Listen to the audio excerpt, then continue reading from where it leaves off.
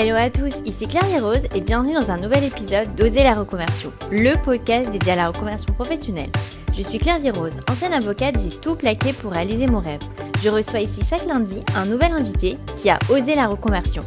Avant de vous laisser avec Céline, l'invitée du jour, quelques mots sur Vinovest. Vinovest est la première plateforme qui démocratise l'investissement dans le vin. Investissement autrefois réservé aux investisseurs ultra connaisseurs. J'ai été surprise à quel point c'est facile de commencer à investir dans le vin avec Vinovest. Vous êtes accompagné d'une team de sommeliers renommés dans le monde entier qui vous explique quel vin il faut acheter car ils vont gagner à vieillir. Vous possédez 100% des bouteilles de votre portfolio. Vous pouvez donc acheter, vendre et même boire vos vins quand vous voulez. Investissez dès maintenant dans des grands crus avec Vinovest. Vous avez 2 mois offerts en allant sur le site zen.ai/oser la reconversion. Je vous mets le lien dans la description de l'épisode. Aujourd'hui, j'accueille dans Oser la reconversion Céline. Après avoir été gestionnaire d'audience à la télévision belge, Céline est devenue créatrice des bougies Yoku, des bougies naturelles à base de cire de soja. Après un bac avec une option décoration intérieure, Céline se dirige un peu par hasard dans des études de communication. Elle fait son stage de fin d'études à la télé et elle adore être au cœur des coulisses de la télé. Elle prépare notamment les questions pour les invités pour les émissions. Mais à la fin de ses études, elle ne trouve pas de job et prend un job alimentaire chez H&M. Quelques années plus tard et après avoir eu 2 enfants, Céline devient gestionnaire des audiences à la télé belge. Elle traite les données des audiences de la veille pour les transmettre au directeur de la chaîne pour notamment négocier les tarifs publicitaires. Mais Céline ne se plaît pas totalement dans son travail car elle a besoin de plus de créativité. Alors après 5 ans, une amie lui propose alors d'être responsable d'une boutique de déco. Céline accepte et en profite pour y mettre en vente ses bougies naturelles qu'elle fait elle-même. C'est la naissance des bougies Yoku. C'est au moment du Covid et après avoir perdu son papa que Céline a le déclic pour se lancer à temps plein dans les bougies Yoku. Céline a aujourd'hui un atelier et vend ses bougies et diffuseurs Yoku sur son e-shop et à des revendeurs en boutique. Alors avec Céline, on a évoqué son parcours atypique, sa carrière à la télé, le succès des bougies Yoku, comment vendre à des revendeurs, comment concilier vie de maman et de chef d'entreprise, et son rêve d'avoir un jour une entreprise familiale. Mais je ne vous en dis pas plus et laisse place à ma conversation avec Céline. Bonjour Céline, bienvenue dans Oser la reconversion, je suis ravie de t'accueillir. Coucou, merci, je suis super contente d'être là, merci à toi. Alors, est-ce que tu peux nous dire quel est ton métier actuel ? En fait, je crée des bougies, donc j'ai créé ma marque de bougies et de diffuseurs. Peut-être on peut dire le nom. Yoku Bougies, donc ce sont des bougies naturelles. Des bougies naturelles à la cire de soja, comme on en voit de plus en plus, malheureusement pour moi. Mais oui, des bougies naturelles avec des fragrances qui sont soit des huiles essentielles ou des parfums de synthèse, mais dont les propriétés toxiques ont été retirées, donc qui en font quand même des bons produits. Voilà, et même pour les diffuseurs, c'est des matières végétales. Voilà, j'essaie d'être au maximum dans le naturel. Bon, on y reviendra un peu plus tard, oui. Mais ça n'avait rien à voir avec ton premier métier, donc un grand saut. Est-ce que tu peux nous raconter ? Oui, donc mon dernier métier, en fait, c'était j'ai travaillé à la télévision belge, donc je suis belge. J'ai travaillé pour la télévision publique en Belgique, qui est la RTBF. J'ai travaillé 5 ans là-bas et ça me plaisait pas plus que ça. Entre ce métier-là et ce que je fais maintenant, je suis passée dans une toute petite boutique parce que je voulais justement me rapprocher de chez moi. Mais en tout cas, ouais, ce gros métier-là me saoulait parce que j'avais besoin de quelque chose plus en phase avec ce que j'aimais. Enfin voilà. En fait, depuis toujours, je voulais être mon propre patron déjà, donc c'était mon but dans la vie d'arriver à ça. Voilà. Et comment tu avais choisi ton premier métier ? Parce que donc c'était gestionnaire d'audience à la télé. Ouais. Alors déjà, moi, j'ai aucune idée de ce que c'est. Ah, ça peut paraître très c'est quoi, mais en fait c'est tout con. De base, moi j'ai fait la communication et je cherchais un boulot, et dans le passé j'avais déjà travaillé pour une télé pour un stage, mais dans l'autre télé belge, donc c'est RTL. Et là j'avais vraiment fait un boulot dans la production télé, donc ça c'était super chouette, donc quand on réalise une émission, ce genre de choses. Et quand je recherchais un boulot, je me suis dit tiens, je vais de nouveau aller voir là ou à l'autre télé, et là ils cherchaient un gestionnaire d'audience. Alors je ne savais pas non plus trop ce que c'était, mais en tout cas c'était mon diplôme, et en plus c'était un mi-temps, donc j'ai passé les entretiens Et là, c'était en fait gérer les audiences de la veille. Donc, dans toute télé, il y a les chiffres de la veille. Et donc, ben voilà, traiter les données pour les donner au directeur de la chaîne, aux différentes personnes importantes, des graphiques et des bazars comme ça. Je me suis toujours demandé comment on fait pour savoir qui regarde la télé. En fait, c'est les gens. En fait, il y a des personnes qui sont sélectionnées en Belgique. Donc, c'est un panel de citoyens de différents âges et ils ont un petit boîtier chez eux. Et donc, quand ils vont regarder la télé, bah, par exemple, le papa, c'est le numéro 1, la maman, c'est le numéro 2, voilà. Et donc, ils doivent s'encoder. Et là, en fait, l'appareil enregistre qu'est-ce que la personne a regardé, donc quel était son profil, qu'est-ce qu'elle a regardé, combien de temps, voilà. Et c'est un peu comme ça qu'on gère les audiences, quoi. Et ces personnes, elles sont rémunérées pour faire ça? Je pense qu'elles sont rémunérées, mais c'est pas grand-chose. Hein. C'est plus, ouais, ou des petits cadeaux, ce genre de choses. Mais je crois pas que c'est un truc. On gagne pas sa vie avec ça, quoi. Et est-ce que tu sais, parce que en fait, ça m'a super intéressé ton profil parce que on avait eu récemment une agent d'influenceur.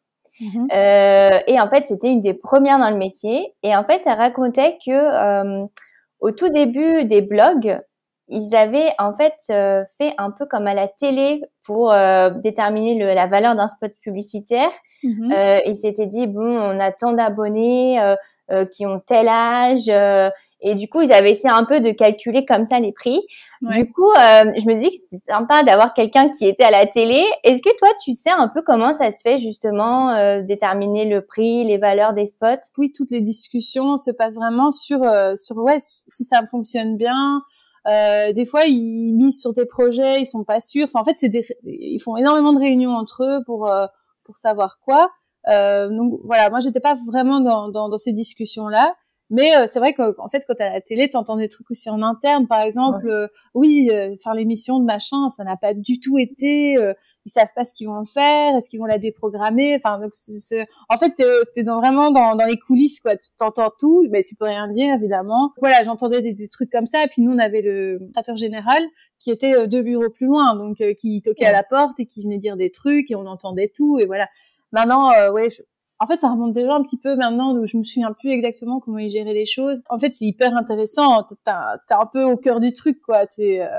Donc voilà. Et mais sinon, d'être à la télé, c'est vrai que c'est super chouette parce que tu participes à des événements, tu vois des gens que tu vois à la télé, mais en fait, finalement, ça te fait plus rien parce que c'est des croises comme ça. Ou alors, des fois, tu vois des stars. Enfin, genre, t'es dans l'ascenseur et il y a Obispo ou des trucs comme ça. Il y a des chanteurs qui viennent pour se faire interviewer et c'était pas prévu et donc toi tu prends juste ton ascenseur et t'es là bonjour. Donc c'est un petit côté quand même vachement sympa. Et alors donc tu disais que c'était ta deuxième expérience à la télé. Comment ça t'était venu la télé à la base? Alors à la toute première base, je voulais être architecte ou dans la décoration d'intérieur. Quand j'ai fait mes études secondaires, donc en Belgique on a les primaires puis les secondaires. J'étais dans l'enseignement général, mais je suis pas super bonne élève. Enfin, je travaillais pas assez. Donc le général, fallait vraiment que je trouve autre chose. Et je me suis orientée dans l'artistique parce que j'avais trouvé une école où on pouvait faire donc sa 5e et sa 6e secondaire, donc qui sont les 2 dernières années avant les études. On pouvait faire de la décoration d'intérieur en fait. Donc je me suis dit pourquoi pas, donc je suis partie à Bruxelles comme une grande fille faire mes études et j'ai vraiment cartonné. Vraiment pour moi j'allais être dans la décoration ou l'architecture. Et en fait à ce moment-là j'ai rencontré mon amoureux et lui il galérait à trouver un emploi il était plutôt dans tout ce qui est ingénieur du son.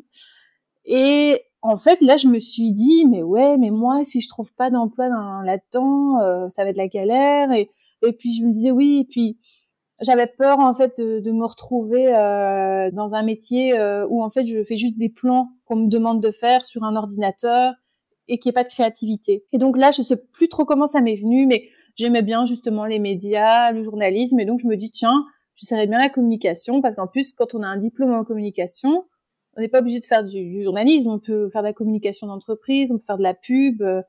Donc je me dis c'est peut-être plus un peu de truc fourre-tout où on peut trouver quelque chose après quoi. Donc j'ai fait mes 3 ans donc dans une école à Bruxelles qui est une école supérieure donc qui est pas l'université que je préférais parce que je voulais justement faire des stages et avoir plus le côté pratique. Et en fait, en première, on avait un stage d'1 mois, en deuxième, un stage de 2 mois et en troisième, un stage de 3 mois. Et mon stage de 3 mois, en fait, je l'ai fait à la télé, donc privée belge. J'ai adoré, vraiment, enfin, je me souviens même qu'un jour, j'ai été malade et j'en pleurais presque parce que je voulais y aller, quoi. J'étais, non, je veux trop aller travailler. Et donc là, en fait, c'était très chouette aussi. En fait, c'est une télé qui est plus petite là-bas, donc on rencontre plus vite toutes les personnes qui passent à la télé et en fait, les producteurs, généralement, des petites émissions télé sont aussi des présentateurs. Et tous les bureaux, c'était comme c'était vraiment une sorte d'open space et donc on voyait tout le monde qui travaillait, donc c'était vraiment passionnant. Et donc j'ai travaillé sur plusieurs émissions. Il y avait une émission, c'était face à face, il fallait préparer des questions pour des invités un peu stars comme ça qui passaient après le JT. Il y avait une deuxième, c'était une émission de fin d'année sur une rétrospective des stars. Donc c'était super chouette. À ce moment-là, j'étais hyper people. Et puis la troisième qui a pris le plus de temps, c'était en fait c'était Doc de choc, ça s'appelait, et c'était une émission où en fait il y avait genre eu une catastrophe et ça racontait je sais pas moi, il y avait énormément de crash d'avions et donc on recevait par exemple tout un script de la BBC et moi en fait je devais tout réduire d'un tiers et trouver vraiment les images qui correspondaient. Donc je devais tout réécrire et puis faire les plateaux de la présentatrice, voilà, s'il y avait des trucs à marquer. Donc c'était vraiment chouette. J'aimais bien, je me sentais utile. J'aimais bien le dimanche, ça passait à la télé et on voyait mon nom au générique, voilà. Et donc ça, j'ai vraiment bien aimé. Et puis j'ai fini mes études. Et le petit souci, c'est qu'en fait, ma mère m'a dit, ben voilà, maintenant t'as fini tes études. En fait, j'étais dans un cote, dans un petit appart à Bruxelles. Et elle m'a dit, ben maintenant, je paye plus, tu te débrouilles, quoi. Ok, donc je me suis retrouvée à devoir vraiment trouver un job super rapidement pour pouvoir vivre, quoi. Et là, en fait, j'ai pas pu trouver tout de suite un boulot dans la communication, donc je me suis retrouvée en dépannage à travailler dans un H&M. Et quand j'étais là-bas, j'étais là de 2-3 mois. En fait, la productrice et présentatrice avec qui j'avais fait mon stage m'a demandé si je voulais faire une sorte de être freelance quelques jours par mois pour l'aider, quoi. Donc j'ai accepté tout en gardant quand même le boulot alimentaire chez H&M parce que je savais pas combien de temps elle allait avoir besoin de moi. Et donc là c'était un peu physique parce que mes jours de congé de H&M en fait je les passais chez RTL, quoi. Et puis c'est fatigant. Moi j'ai fait 3 mois vendeuse à Londres.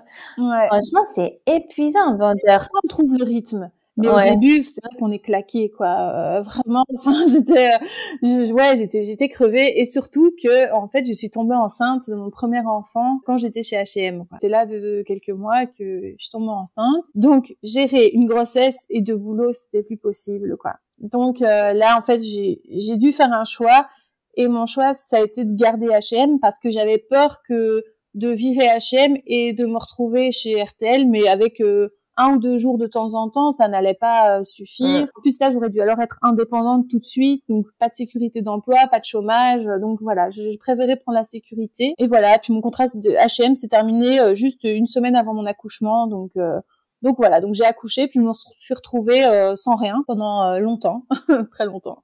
Et là, c'était un peu dur. J'ai choisi de rester avec mon fils parce que j'avais pas d'endroit pour le mettre à la crèche ou quoi. Et donc voilà, donc j'ai profité de lui, c'était pas toujours facile, parfois le temps était très long.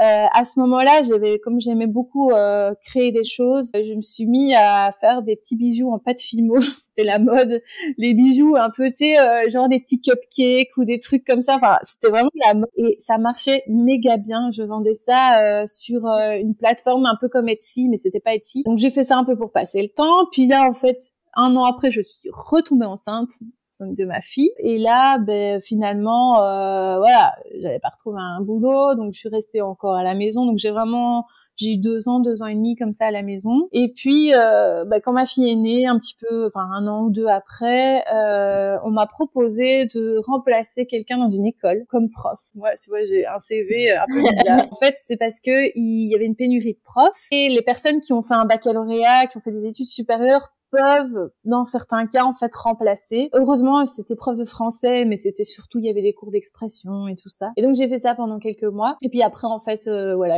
la personne n'est pas revenue, mais il y avait une autre remplaçante qui a pris ma place. C'est là que je me suis dit, bon, c'était quand même bien de retravailler, il faut que je trouve quelque chose.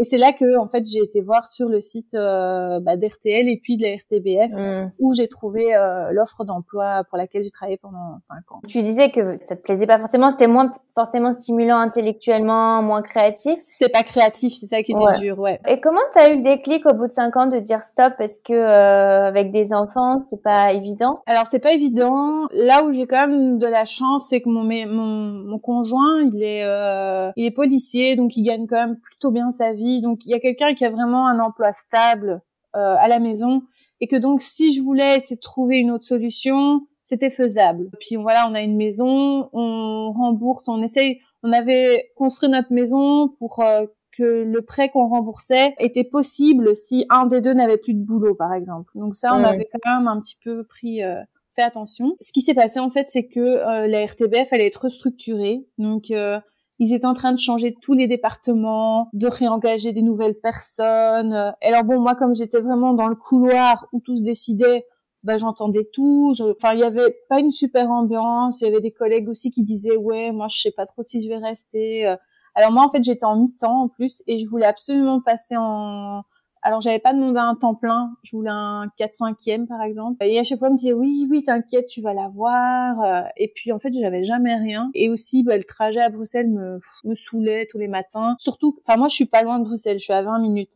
Mais bon, ça roule pas le matin sur l'autoroute, donc c'est quand même un peu pesant. Ce qui s'est passé, c'est que il y avait une fille que je connaissais qui avait un magasin près de chez moi et qui allait en ouvrir un dans ma ville. Et elle cherchait une gérante, c'est un magasin de déco, de plantes et tout ça. Et je me dis, tiens, je pourrais bien poser pour faire une sorte de transition en attendant de trouver autre chose, quoi. C'est marrant, en fait, avec ton parcours, parce que t'as toujours des propositions qui viennent d'ailleurs, en fait, et très, très diverses. Ouais. Comment tu l'expliques, ça? Je sais pas, mais c'est vrai que d'ailleurs, c'est pour ça que j'avais été engagée à la RTBF, parce qu'elle m'avait dit que j'avais un parcours un peu atypique. En fait, j'ai des choses totalement différentes. Je sais pas. En fait, moi, je laisse venir les choses à moi, puis j'ai pas trop d'a priori généralement. Je me dis, tiens, pourquoi pas. Par exemple, le fait d'avoir fait le remplacement dans l'école, j'ai adoré, quoi. Vraiment, même qu'à un moment, je me suis dit, tiens, j'ai envie d'être prof, quoi. Mais j'avais pas envie de refaire des études, mais j'avais vraiment adoré ça. C'était très sympa. Et voilà, moi, je me dis que chaque expérience, elle est bonne à prendre. Et ouais, tu t'adaptes, t'es facilement adaptable aussi. Ouais, je m'adapte vraiment vite et ouais, moi, il y a vraiment aucun souci. Je me fais confiance, quoi, voilà. Donc là, pour la boutique, je me suis dit, ça peut être sympa. J'idéalisais vraiment le truc. Je me dis, je vais aller à vélo. D'ailleurs, je l'ai fait au début. Je vais aller à vélo, tout ça. Ça va être super chouette. Et puis bon, en fait, j'ai un peu déchanté parce que c'est pas super bien passé. Oui, et il faut dire aussi que, ça, j'avais oublié de dire, mais quand j'étais à la RTBF, et que j'avais besoin d'un côté plus créatif, justement, j'avais lancé un e-shop où je vendais un peu des articles do it yourself. Enfin, ça marchait bien, mais en fait, ça me saoulait finalement parce qu'en fait, il y avait justement pas vraiment de créativité. Je vendais de la créativité, mais moi, j'en faisais pas. Et donc, j'avais toujours j'étais indépendante complémentaire. Donc, ça voulait dire que j'étais salariée, mais que j'avais quand même une activité à côté. Et à un moment, je me suis dit, bon, ce truc, je vais le baquer, ça m'énerve.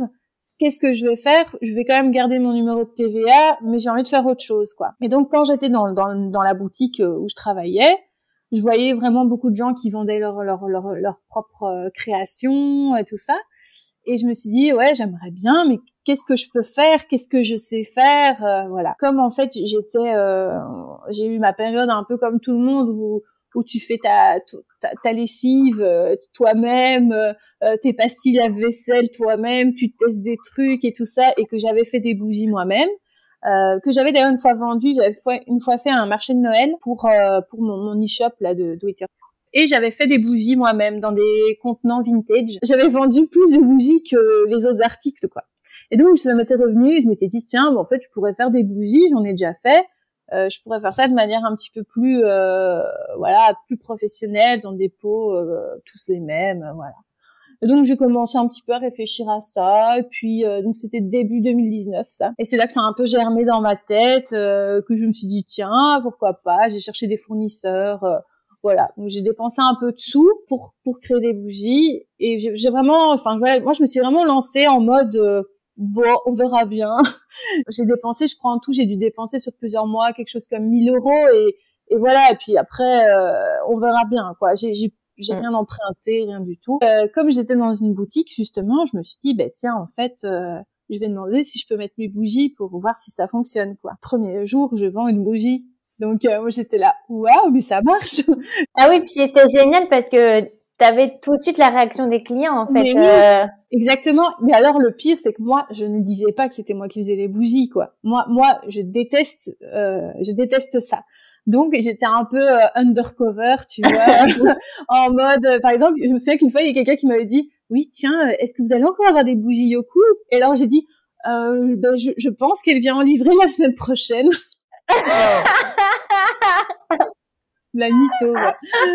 Vraiment, c'était, et ouais, et des fois, j'avais quelqu'un, il y avait une autre, l'autre fille qui vendait dans l'autre magasin. Des fois, elle venait et elle disait, mais c'est Céline qui l'a fait. Et puis j'ai, oui, mais non, mais c'est bon. Je détestais ça. Et donc vraiment, là, j'ai pu voir déjà quel senteur fonctionnait. Je voyais les gens qui sentaient dans le magasin, oh regarde ça sent bon, et voilà, et donc c'était génial, quoi, parce que je voyais vraiment la réaction des gens en live, quoi. Et pourquoi tu disais que ça se passait pas très bien dans la boutique? Qu'est-ce qui te plaisait pas? Parce que tu aurais pu continuer comme ça, finalement t'avais le côté sécuritaire d'être vendeur. Oui, mais déjà la personne avec qui j'étais, ça se passait pas top, quoi. Elle savait pas trop gérer le fait d'avoir des employés, et avant moi, il y avait plein de personnes qui se sont plaintes d'elle pendant que j'étais là aussi. C'était pas une bonne patronne, on va dire. Et alors aussi, en fait, le truc, c'est que quand j'étais là-bas, donc au moment où j'ai lancé mes bougies, je suis tombée enceinte de mon 3e enfant. Et c'était pas du tout prévu. Ça a été vraiment un gros chamboulement parce que ma dernière, elle avait 8 ans, quoi. Donc nous, on avait eu garçon-fille, on était contents, on avait nos 2 enfants. Et là, j'apprends que je suis enceinte. Vraiment, je me suis dit, qu'est-ce que je fais, quoi. Et je me souviens qu'elle m'avait dit, mais c'est génial. Oh non, c'est bien. En plus, elle venait d'avoir un enfant. Donc, elle disait, c'est trop bien les bébés, tout ça. Donc, je me dis, bon, ok, je vais le faire. Ma décision n'a pas été prise par rapport à ce qu'elle a dit, mais je veux dire, forcément, ça a d'abord été en couple, mais après, je me suis dit, bon, et en plus, elle, ça a pas l'air de la déranger, donc je vais rester et on verra bien. Ce qu'il y a, c'est que aussi, ma 3e grossesse n'a pas été aussi idyllique que les 2 précédentes. J'étais très fatiguée, j'avais mal au ventre, j'étais vraiment pas bien, j'étais nauséeuse. Et des fois, quand je disais mon gynéco m'arrête 2-3 jours parce que je suis crevée, en fait, ça parlait dans mon dos. C'était vraiment pas agréable. Vraiment, j'ai vraiment pas aimé. C'était pas gai. Après, voilà, j'ai tant bien que mal tenu jusque. Je devais accoucher fin novembre. En octobre, mon médecin m'a arrêtée. J'ai tenu jusque là. Et en fait, heureusement, après, il y a eu mon accouchement. Et après, je prolongeais un petit peu. Et puis en fait, il y a eu le Covid, il y a eu confinement, donc confinement. Puis après, les magasins ne réouvraient pas. Enfin, j'ai eu toute une période en fait longtemps chez moi. Et c'est là que je me suis dit, moi, j'ai pas envie de retourner là-bas, quoi. En fait, en juillet 2020, elle a rompu notre contrat en disant qu'elle avait plus les moyens, mais en fait c'est parce qu'elle voulait plus non plus, voilà, ça ne fonctionnait plus entre nous. Et voilà, et là en fait je me suis retrouvée en me disant mais qu'est-ce que je fais, j'ai plus de contrat, qu'est-ce que je fais, je me lance comme ça comme indépendante ou je reprends un autre boulot, mais si je reprends un autre boulot en fait, ça va peut-être pas faire les bougies, quoi. Toi, ça a vraiment été, t'as vraiment eu le déclic avec le Covid, en fait. Et c'est marrant parce que moi, en fait, j'ai lancé le podcast, au moment du Covid. Donc c'était en septembre 2020, disant, c'est une période où on réfléchit, il y a peut-être des gens qui ont envie de démissionner, et donc c'est marrant parce que t'es la première invitée que je reçois qui s'est reconvertie après le Covid. Ouais, c'est pas venu tout seul quand même. En fait, déjà, la première année, donc 2019 où j'étais enceinte, là, ça a pas été un départ Yoku super. J'ai vu que ça se vendait bien dans les boutiques. Donc dans la boutique où j'étais. Après, j'ai démarché, j'ai su vendre dans 2-3 boutiques et on m'a demandé aussi. Donc la première fois que on vient vers moi, on me dit tiens, est-ce que je peux vendre vos bougies, quoi. Donc là déjà c'était là, waouh, ça fonctionne trop bien. Et puis le souci, c'est que quand j'étais enceinte, les odeurs, c'était horrible. Je n'arrivais pas à sentir les odeurs de certaines bougies. J'avais envie de vomir, c'était horrible. Et donc, j'étais un petit peu quand même retardée. Donc, la production n'était pas du tout intense. C'était vraiment en mode, ok, tu veux autant de bougies, je te les fais, mais après, c'est bon, quoi. J'avais même demandé à mon homme s'il savait pas me trouver un masque. À la base, on trouvait pas des masques comme ça, mais un truc pour un peu camoufler l'odeur, tellement ça me C'était horrible, quoi. D'ailleurs, il y a des bougies qu'encore maintenant, je peux plus les sentir, hein. Ça m'a tellement dégoûtée enceinte que, ouais, vraiment. Et donc cette première année, bon, voilà, après j'ai accouché. Mais juste après avoir accouché, on arrivait au mois de décembre et là j'avais prévu de faire un pop-up. Donc on était dans un magasin vide qu'on avait arrangé pour quelques jours avec différentes créatrices. Et c'est là que j'ai vu que en fait je vendais vraiment très bien et que toutes les bougies que j'avais amenées étaient parties super vite. Qu'on m'a dit tu sais pas vite en refaire. Donc moi j'étais là avec mon petit bébé là, je faisais vite quelques fournées de bougies dans ma cuisine, hein, parce qu'au départ je faisais ça dans ma cuisine. Et donc là voilà, donc fin 2019 je me suis dit bah en fait ça a super bien marché, trop bien. Et donc 2020, moi c'est un peu fin d'année, je me dis toujours tiens qu'est-ce que je fais quoi. 2020, je me dis bah tiens, il faudrait que je trouve un autre endroit et donc de base j'étais partie sur le fait de me prendre un espèce d'abri de jardin de 20 mètres carrés à mettre dans mon jardin parce que moi j'avais pas de place chez moi pour faire ça. Le truc c'est que vraiment ouais ben justement avec le Covid ça a retardé la livraison donc finalement j'ai arrêté l'idée. En fait, il a été retardé à cause du Covid pendant des mois et des mois. Puis après, je me suis dit, mais en fait, cet abri de jardin, c'est peut-être pas une bonne idée parce qu'avec les variations de température, faire des bougies dans un abri de jardin, c'est peut-être pas la bonne idée. Non. Donc finalement, j'ai demandé de remboursement, j'ai annulé l'idée. Et puis, à partir du mois d'octobre, je me suis dit, je vais essayer de trouver un atelier en fait. Sauf que bon bah je voulais pas non plus que ça me ruine. Finalement, en l'année 2020, j'ai trouvé un atelier et ça a quand même été j'ai quand même dû faire toutes les fêtes dans le garage de mon beau-frère. Donc des centaines de commandes dans un tout petit bazar. Mais voilà, je m'en suis sortie et en janvier de l'année dernière donc début 2021, j'ai pris un atelier quoi. Et aussi pendant le confinement, j'ai lancé mon e-shop parce qu'en fait avant j'avais commencé sur Wix, un e-shop. Mais en fait, il y avait des trucs qui étaient pas configurés, que je traînais à faire. Et c'est vrai que pendant le confinement, j'ai vraiment aussi développé mon e-shop. Et là, en fait, c'est vrai que ça a aussi bien marché.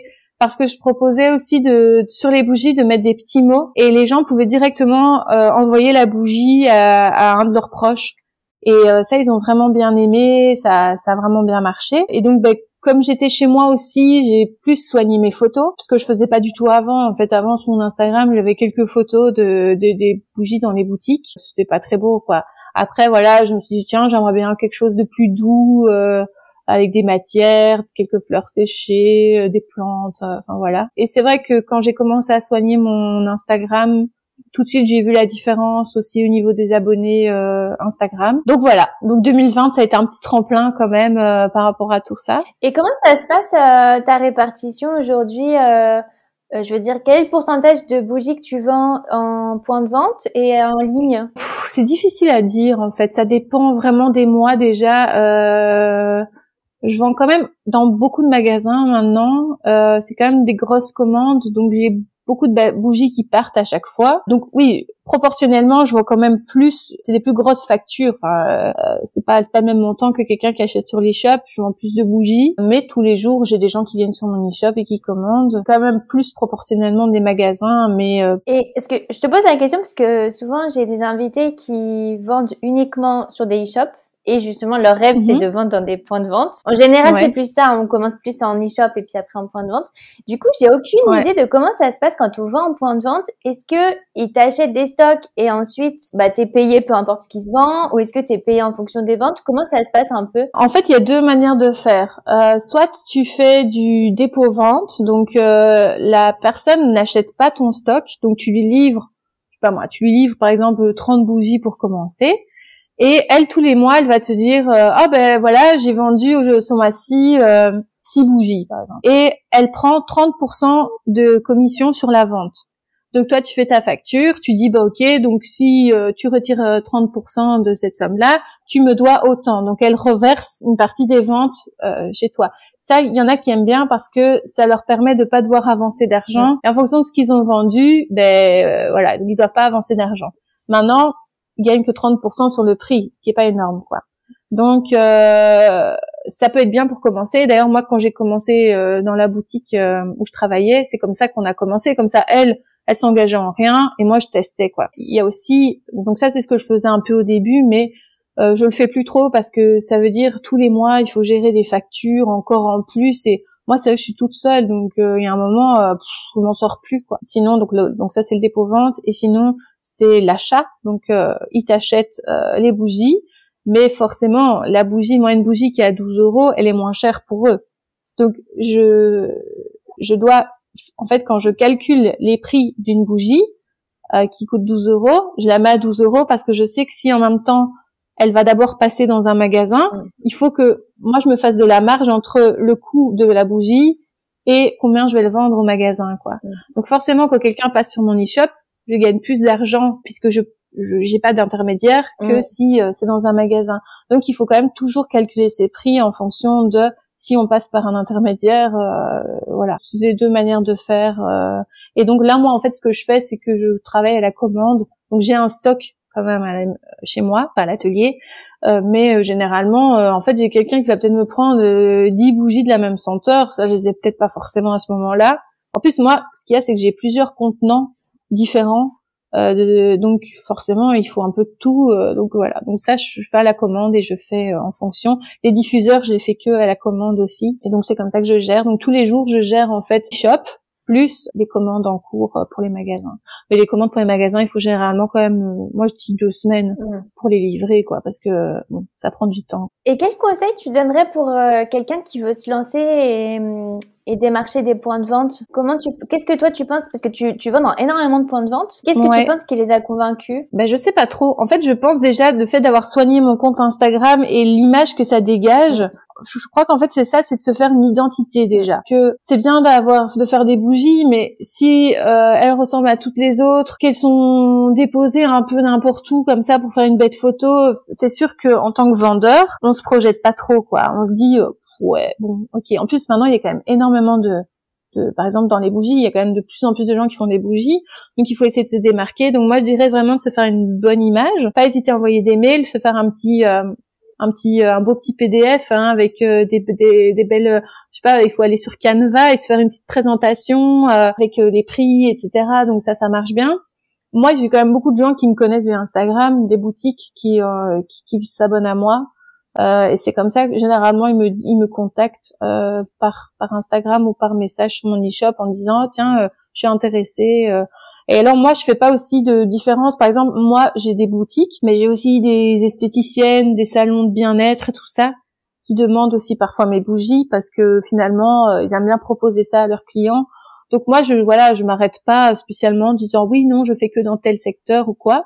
Moi, je suis un peu ouverte à tout le monde, donc il faut un petit peu voir avec qui on veut travailler. Moi, ce que je comptais faire avant, mais puis finalement, j'ai pas eu à le faire, mais j'avais des petits échantillons que je voulais aller déposer dans des magasins, en fait, en me présentant. D'ailleurs, moi qui travaillais dans une boutique, on voyait quand même souvent des gens qui venaient proposer leurs produits, donc ils viennent ils viennent présenter, ils viennent faire sentir, et voilà, puis ça intéresse les gens. Au moins, ils ont pu sentir les bougies et ils ont une idée exactement de ce que c'est, quoi.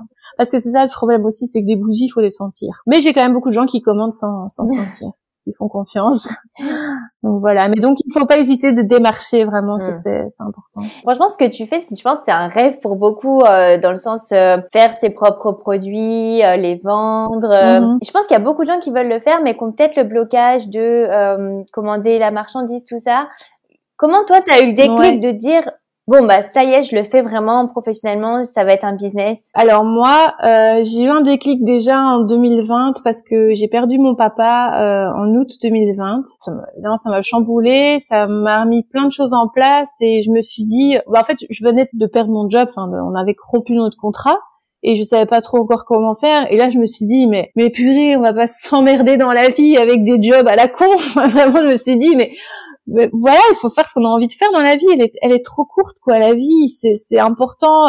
J'ai déjà vu tellement de gens qui sont en souffrance par rapport à leur travail parce que ça va pas avec leur patron, parce qu'ils aiment pas ce qu'ils font. Donc moi, ça déjà premier déclic. Et en plus, mon père, c'était quelqu'un qui m'encourageait à fond dans ce que je faisais. J'avais déjà commencé à faire des bougies. Il m'a connue en train de faire des bougies, mais c'est vrai que là, il m'a jamais vu dans mon atelier. Il sait pas ce que il doit savoir, mais il sait pas que là maintenant, ça y est, je suis indépendante. Je vis de ça, quoi. Et donc, moi, c'était voilà, je voulais le rendre fier. Donc moi, ça a été premier déclic. Deuxième déclic, quelques mois plus tard, j'ai perdu mon beau-frère. Un peu déprimant ce que je raconte, mais au final, voilà. Et lui, c'est quelqu'un qui a énormément souffert dans son travail, qui a eu beaucoup de personnes qui en fait, il hésitait pas à dire ce qu'il pensait. Donc, il travaillait dans tout ce qui était aussi administration, tout ça. Et en fait, il a vraiment vécu des choses pas cool au travail. Avec mon amoureux, on se disait, mais purée, quoi, c'est trop triste, quoi. On n'a qu'une vie, et si c'est pour après avoir des problèmes au boulot. Donc moi, c'est vraiment été le déclic, c'était ça. Et puis, comme j'avais dit tantôt, moi, j'avais toujours rêvé d'être mon propre patron. Donc, je me suis vraiment rattachée à cette idée-là. Et puis, bon, ben voilà, j'avais des produits qui fonctionnaient. Donc, je me suis dit, il faut que je vende plus. Donc, je vais mettre les bouchées doubles, je vais faire un maximum. Et je savais aussi que prendre un atelier, c'était un coût, mais que en ayant un atelier, j'allais en fait avoir plus de place. Et que j'allais pouvoir mieux travailler, produire plus, et donc forcément ça allait amener plus de travail et d'argent, quoi. Et quand on se lance, il faut vraiment se lancer. En fait, tout dépend de ce qu'on veut faire. Moi, des bougies, c'est pas non plus le truc le plus cher au monde. Il y a moyen de faire quelques bougies un peu comme ça, et puis de voir si ça fonctionne, de racheter de la matière. Il y a quand même plein de sites qui vendent pour les particuliers, sans passer par tous les sites professionnels. Donc peut-être commencer par ça, même si forcément c'est un peu plus cher pour tester. Et après, voilà, on se lance, quoi. Mais franchement, j'ai jamais trop risqué à me lancer. Et en octobre, ici, je suis devenue vraiment indépendante à 100% parce que, en fait, ce qui s'est passé aussi, c'est que quand j'ai eu fini donc mon contrat de l'autre côté, je me suis dit, en fait, en Belgique, on peut faire un tremplin indépendant. Justement, Céline de I Do It Myself, là, que tu as interviewé il y a 2 semaines, elle en a parlé, elle a fait ça aussi. En fait, tu peux être au chômage tout en ayant, en fait, une activité. Donc, ça te permet de continuer ton activité que tu avais déjà. Faut déjà l'avoir avant, en fait. Mais tu peux pas dépasser un certain montant par mois. Donc, ton chômage, plus ça vaut plus ou moins, j'avais calculé, c'était plus ou moins 400 € par mois que tu peux pas dépasser. Sauf que moi, en fait, j'ai des gros problèmes au niveau de ceux qui gèrent mon dossier de chômage. Et pendant 8 mois, j'ai reçu 0 € du chômage parce qu'il traînait avec mon C4 qui avait été mal fait. Enfin bon, c'était... Et donc, en fait, j'ai dû tenir avec seulement ces 400 € que je pouvais pas dépasser et 0 chômage. Et en fait, je me suis dit, mais j'aurais dû me lancer comme indépendante dès le début, en fait, finalement, parce que finalement, comment je fais là? Et puis donc voilà, donc en septembre, ils ont enfin régularisé mon dossier. Et là, j'ai dit, mais vous savez quoi, les gars, moi maintenant, je veux plus, c'est bon, je me lance, quoi. Et donc en octobre, je me suis vraiment lancée. Donc ça aussi, ça a été, je crois que les péripéties, l'administratif, j'en pouvais plus, quoi. Ouais, et puis il y a un effet un peu contre-productif, je trouve, parce que quand t'as un seuil comme ça à pas dépasser, bah du coup t'as envie de développer ton business, mais en même temps t'as peur que ça soit trop. Donc je pense que c'est pas forcément bien finalement. En fait, j'essayais de faire des frais parce que je touchais beaucoup quand même, surtout en fin d'année. Mais comme je pouvais garder qu'une certaine somme, ben je faisais des frais, quoi. Mais en fait, ça m'énervait parce que moi j'avais besoin de cet argent là aussi pour vivre. Donc tu vois, tu dois faire des frais. Donc j'achetais de la cire et tout ça, mais moi j'avais aussi besoin de m'acheter des trucs personnels, quoi. Mais ça je pouvais pas. Et donc c'était n'importe quoi, vraiment. Et par contre en France, c'est bien parce que j'avais vu que, enfin déjà on peut se séparer d'un commun accord avec un employeur. Ici en Belgique, on peut pas avoir le chômage si on fait ça. Donc il y a tout un tas de trucs. En fait, je trouve ça tellement dommage parce que il y a que des freins tout le temps. C'est très difficile. Je crois que c'est ça en fait le frein chez beaucoup de personnes, c'est que il y a pas énormément d'aide en fait pour se lancer et avoir une petite bouée de secours derrière au cas où, quoi. Donc ça c'est problématique quand même. Donc c'est d'essayer de pas trop réfléchir aussi. Et moi je fonctionne beaucoup à l'instinct. Je me fais confiance. Je me dis allez, j'y vais. De toute façon, qu'est-ce que je risque? Pas grand-chose. Et puis sinon, comme j'avais expliqué, on s'en sortira. On avait calculé notre maison par rapport à tout ça. On n'a pas non plus de gros frais derrière. Bon, on a quand même 3 enfants, hein. mais bon, voilà. Et comment ça s'est passé quand tu as pris ton atelier? Ça représente beaucoup. Je veux dire, est-ce que tu penses que il aurait fallu que tu prennes ton atelier plus tôt? Quel conseil t'aurais par rapport à ça? J'aurais pas pu le prendre plus tôt parce que c'est quand même un certain coût. Donc moi ici, je paye 775 € d'atelier et de charge, j'ai 120 mètres carrés, donc c'est pas trop cher par rapport à ce que j'ai pu voir. Donc je sais bien les payer parce que maintenant je suis dans plusieurs magasins et tout ça. Avant, je crois que ça aurait été compliqué quand même. Je dis ça, mais je pense que si je me l'étais imposé, j'aurais travaillé en conséquence pour pouvoir me payer, en fait. Donc, d'une certaine manière, oui, ça aurait peut-être été possible. Mais bon, voilà, de toute façon, tant que j'étais attachée aussi à un autre emploi, c'est compliqué. il fallait vraiment que je fasse que ça. Et t'as vraiment vu la différence quand t'as eu un atelier? Ah ouais, vraiment, l'année dernière, j'ai cartonné, quoi. C'est ça que je te dis, c'est que c'était compliqué parce que je pouvais pas dépasser un certain montant. Mais donc depuis le mois d'octobre, je vois bien dans mes chiffres que ça fonctionne bien. Et puis j'ai plein d'espace, quoi. En fait, j'ai un poste pour chaque truc, quoi. Genre j'ai un endroit où je fais mes diffuseurs, j'ai un endroit où je fais mes bougies, j'ai une cuisine, une grande cuisine, et j'ai tout l'étage mezzanine. Alors là, le seul souci c'est qu'en été il fait très chaud à l'étage, donc c'est un peu, on sait rien faire, mais je reconnais que je vais pas souvent à l'étage. En fait, l'étage, c'est quand mes enfants n'ont pas école, ils montent à l'étage et ils s'occupent, ils regardent la télé ou quoi. Et j'ai un bureau, mais en fait, j'y vais pas souvent. Je suis essentiellement en bas. Ce que je fais aussi, sur mon e-shop, je propose quelques produits de créateurs, donc des savons, des carnets, tout ça, pour que voilà, les gens qui viennent acheter une bougie s'ils ont envie de compléter avec autre chose. Et ça, voilà, il faut le stocker, quoi. Donc c'est sûr quand on a de la place, parce que mine de rien, les cartons qu'on reçoit, ça prend vite de la place, parce que quand on a un e-shop, on doit quand même avoir de l'espace pour emballer les produits, stocker toutes les tailles de cartons différentes. Donc oui, vraiment de la place. Je suis tellement contente d'avoir cette place-là. Aussi, en fait, ce que j'ai aussi proposé maintenant, en fait, en dehors de l'atelier, les gens peuvent venir chercher des commandes qui passent sur le site. Et s'ils habitent dans le coin, j'ai une boîte aux lettres spéciale, en fait, avec un code. Donc j'ai une application, je mets voilà Julie qui vient chercher son colis. J'ai un code pour Julie que je lui envoie par mail. Et elle, quand elle vient, elle ouvre la boîte avec le code et elle vient chercher sa bougie à n'importe quel moment, 24 heures sur 24. Et ça plaît bien aux gens. Ça, c'est un truc que j'ai pu faire parce que j'avais un atelier et tout ça. C'est génial. Et alors, toi, ça serait quoi ton plus grand rêve pour Yoku? J'aimerais bien me développer. J'aimerais vraiment que Yoku devienne une entreprise déjà familiale. Moi, je rêve que mes enfants viennent m'aider quand ils seront un petit peu plus grands. Enfin, déjà, ils m'aident parfois.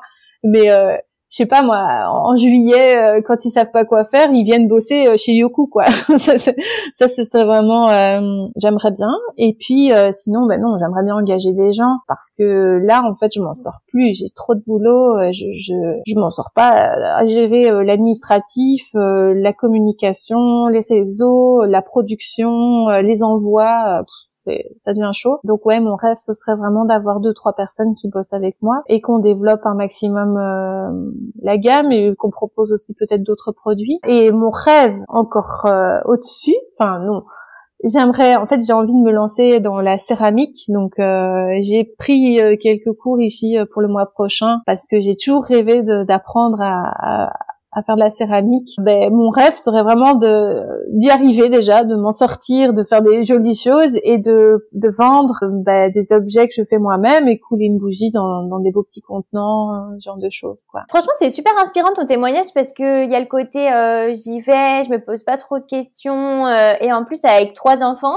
Quel conseil tu donnerais justement pour une maman qui a envie de se lancer? Les enfants doivent pas être un frein, mais c'est sûr que c'est compliqué. Moi, je l'aurais pas fait forcément à la base quand mes enfants étaient petits, donc mes 2 premiers. Je me suis toujours dit oui, je suis là pour eux et tout ça. Et puis ils ont grandi, donc je me suis lancée dans des projets.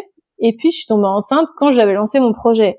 Et là, je me suis dit, mince, alors comment je vais m'en sortir?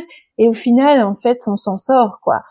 C'est vrai que ma 3e, elle va non-stop à la crèche, alors que mes 2 premiers, j'ai plus été présente pour eux, voilà. Mais au final, elle n'en est pas plus, elle s'en sort très bien. Enfin, je veux dire, elle est super fort aimée, elle est chouchoutée. Donc, il faut pas hésiter, il faut pas culpabiliser par rapport à ça. Pas hésiter à se dire, ouais, mais alors je passe moins de temps avec mon enfant. De toute façon, voilà, à 4 heures, j'arrête. Mes journées, elles sont pas extensibles.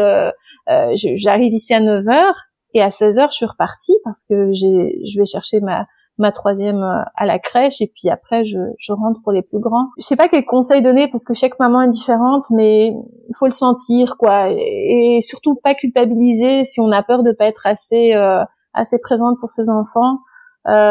Et se rattraper quand on est à la maison et être présente pour eux. Et quand on travaille sur son projet, on travaille sur son projet. Et puis après, on est une maman. Et le week-end, moi, je suis une maman à 100%. De moins en moins, maintenant, j'allume mon ordinateur pour relever des mails ou même Instagram. Maintenant, j'essaie de couper un maximum le week-end. Donc voilà. Donc se donner à fond quand les enfants sont pas là. Et puis après, profiter avec eux. crois que c'est le bon équilibre, quoi. Et j'imagine qu'ils doivent être super fiers de toi. Je sais pas.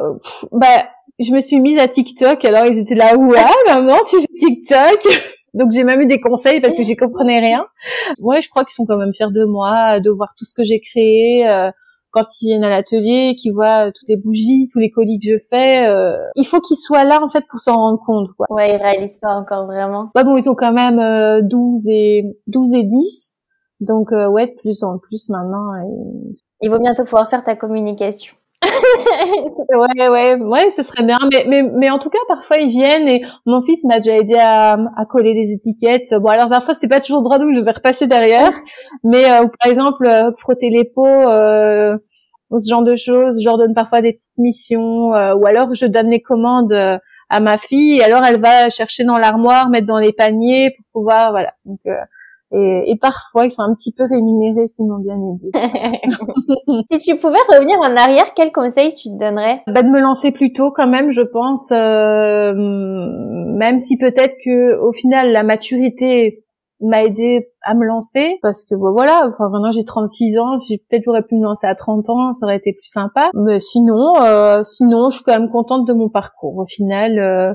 Donc j'ai pas trop de remords par rapport à tout ça. Peut-être un déclic un peu plus tôt. Maintenant c'est vrai que oui, comme je disais, c'est peut-être aussi la mort de mon père qui m'a fait un déclic. Donc ouais, en tout cas c'est bien que tu nous partages cette leçon, puisque c'est vrai que parfois on a besoin d'événements comme ça pour réaliser que si on le fait pas, peut-être on va pas non plus avoir le temps de le faire en fait. Et aussi ce qui m'a freinée en fait quand même pendant des années, c'est que en fait avant être indépendant, c'était quand même tout le monde disait ouais, mais c'est quand même super risqué. Enfin il y avait plein d'a priori et donc moi par exemple mon mari, ses parents sont profs et ils ont toujours super fort économisé, ils ont toujours voilà. Et donc lui il est quand même vachement dans cette optique où comme beaucoup de parents prendre un CDI, un emploi stable, et donc on n'ose pas trop changer de direction. Et moi mon père en fait a été indépendant pendant des années et il a fait faillite en fait. Donc moi ça a été quand même le truc. Je me souviens que pendant des années, je disais ah ouais non mais je deviendrai jamais indépendante, c'est trop risqué, parce qu'en fait je répétais ce qu'on me disait ou ce que j'avais vécu et puis oui, puis c'est un moment en fait, je crois qu'il y a aussi beaucoup de gens de plus en plus de gens qui se lancent, et de voir tous ces gens qui se lancent autour de nous, en fait on se dit s'ils le font, pourquoi moi je peux pas le faire en fait. C'est moins obscur, je pense aussi, ça paraît moins, mais c'est vrai que les temps changent. Ouais, il y avait ce côté, même si on fait rien, on va faire faillite et puis les créanciers vont taper à notre porte. Mais je veux dire, si on fait pas de dépenses, c'est pas. Il y a aussi, ça peut être raisonnable de se lancer en tant qu'entrepreneur. Mais oui, il faut essayer de gérer. Maintenant, je dis pas que je gère bien. Des fois, je me rends compte que j'ai fait une dépense que j'aurais peut-être pas dû. Voilà, moi, ce qui est difficile, c'est que j'ai beaucoup de produits différents et je dois avoir du stock. Donc parfois, je dois quand même sortir de l'argent avant d'en recevoir. Donc c'est pas toujours simple, mais voilà, j'arrive à trouver une bonne balance entre les deux. Mais oui, c'est sûr. Et puis avec le Covid et tous ces gens qui ont fait faillite, c'est vrai que c'était un peu fou de se dire je me lance comme ça. Mais voilà, en même temps je suis pas dans la restauration, je suis pas dans l'événementiel, donc les bougies c'est quand même, je suis sur un e-shop en fait. Donc finalement j'ai pas ma propre boutique, j'ai pas été empruntée à la banque pour ouvrir un magasin, quoi. Ça reste raisonnable, on va dire. Alors, dernière question, c'est toujours la question que je pose à la fin. C'est quoi pour toi une reconversion réussie? C'est d'être à 100% heureux dans ce qu'on fait, d'être le dimanche soir et de se dire trop cool, je vais travailler demain. Ce que j'ai pas eu pendant des années où j'avais l'angoisse de me dire demain faut aller travailler. Là en fait, j'adore mes enfants, mais le lundi, je suis trop contente de les déposer à l'école et tout ça, et de me dire allez maintenant ça y est, la semaine commence, et même d'être un peu triste parfois d'être le vendredi soir et d'être impatiente d'être le lundi. Pour moi ça c'est la reconversion réussie. Bon, en tout cas, ça te va très bien. Alors, je mettrai tous les liens de ton compte Instagram et de ton site internet pour aller voir les bougies Yoku. Un grand merci pour tout ce que tu as partagé. Mais merci à toi, je suis ravie. Merci beaucoup. Et voilà, fini pour aujourd'hui. Merci d'avoir passé tout ce temps avec moi. Cet épisode est rendu possible grâce au soutien de Vinovest. Investissez dès maintenant dans le vin avec Vinovest. Vous avez 2 mois offerts via le lien zen.ai/oser la reconversion. Je vous mets le lien dans la description de l'épisode. Si vous avez aimé l'épisode, n'hésitez pas à en parler autour de vous et à partager l'épisode sur les réseaux sociaux pour aider un plus grand nombre à oser la reconversion. Si vous voulez prolonger la discussion, rejoignez le groupe Facebook du podcast, je vous mets le lien dans les notes de l'épisode. Ensuite, si vous cherchez toutes les notes avec les références, allez dans le détail du podcast. Si vous souhaitez devenir annonceur, me proposer un invité ou me poser vos questions, je serai ravie d'y répondre sur Instagram ou sur YouTube sous le pseudo Claire Virose ou par mail à l'adresse clairevirose@gmail.com.